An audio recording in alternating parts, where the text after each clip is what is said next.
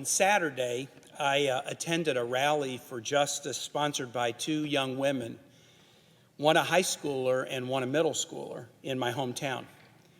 The rally was one of numerous marches and rallies that have occurred every day, sometimes multiple times a day, in Richmond in the weeks after the horrific public murder of George Floyd.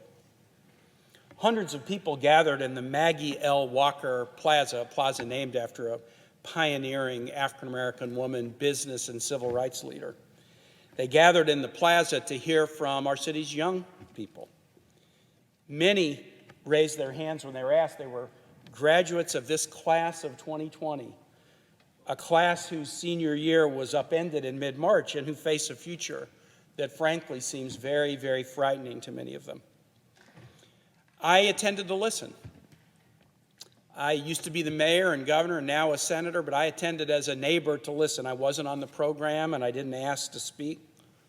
I wanted to hear how our young people view this moment in time and what they are asking of us.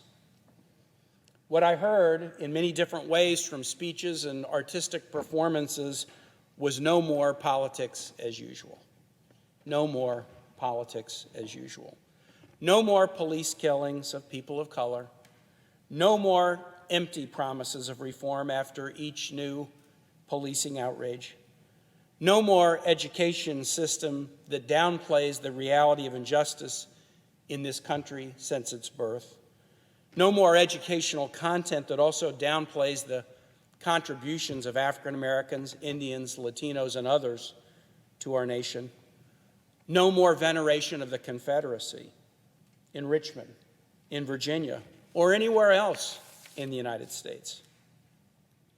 This gathering, this rally, had a lot of police there. The police were there trying to keep the crowd from spilling from the plaza onto the busy Broad Street where they would have been endangered by passing vehicles. Some of the attendees of the rally advocated to defund the police, but others disagreed. Some asserted all cops are bad, but others disagreed.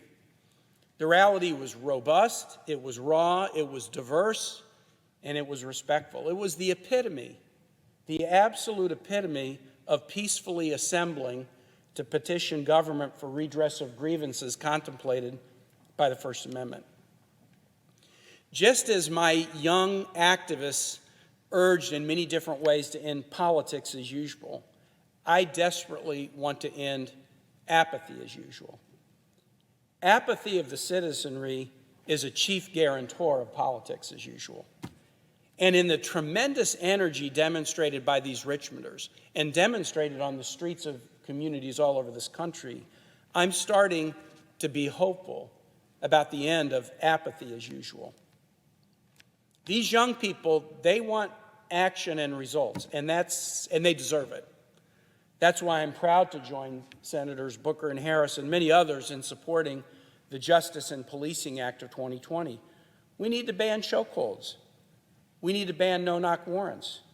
We need to ban racial and religious profiling.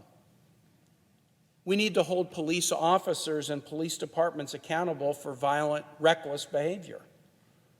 We need to promote better training and professional accreditation of police departments.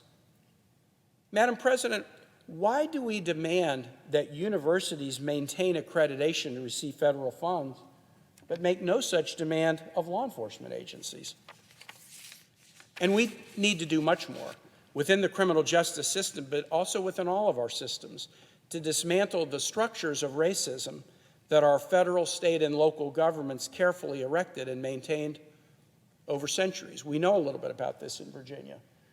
The first African Americans into the English colonies came to Point Comfort, Virginia in 1619. They were slaves. They'd been captured against their will, but they landed in colonies that didn't have slavery. There were no laws about slavery in the colonies at that time. The United States didn't inherit slavery from anybody. We created it. It got created by the Virginia General Assembly and the legislatures of other states. It got created by the court systems in colonial America and since that enforced fugitive slave laws. We created it. And we created it and maintained it over centuries. And in my lifetime, we have finally stopped some of those practices, but we've never gone back to undo it. Stopping racist practices at year 350 of 400 years, but then taking no effort to dismantle them is not the same as truly combating racism. But I'm mindful of the challenge laid down by our young people. No more politics as usual. It's one thing to introduce a bill. We do that all the time here. So often the introduction of the bill is all that occurs. No committee hearing, no committee markup, no committee vote, no floor debate, no floor vote, no signature by a president, merely words on a page and a one-day story. And then possibly a blame game about who is at fault for nothing happening. That's been my biggest disappointment in 7.5 years in the Senate. Unlike my service at the state and local levels, where we took action and then engaged in healthy competition about who should get credit, in Congress, it's too often a story of inaction and then an unproductive competition over who should be blamed for nothing getting done. Politics as usual.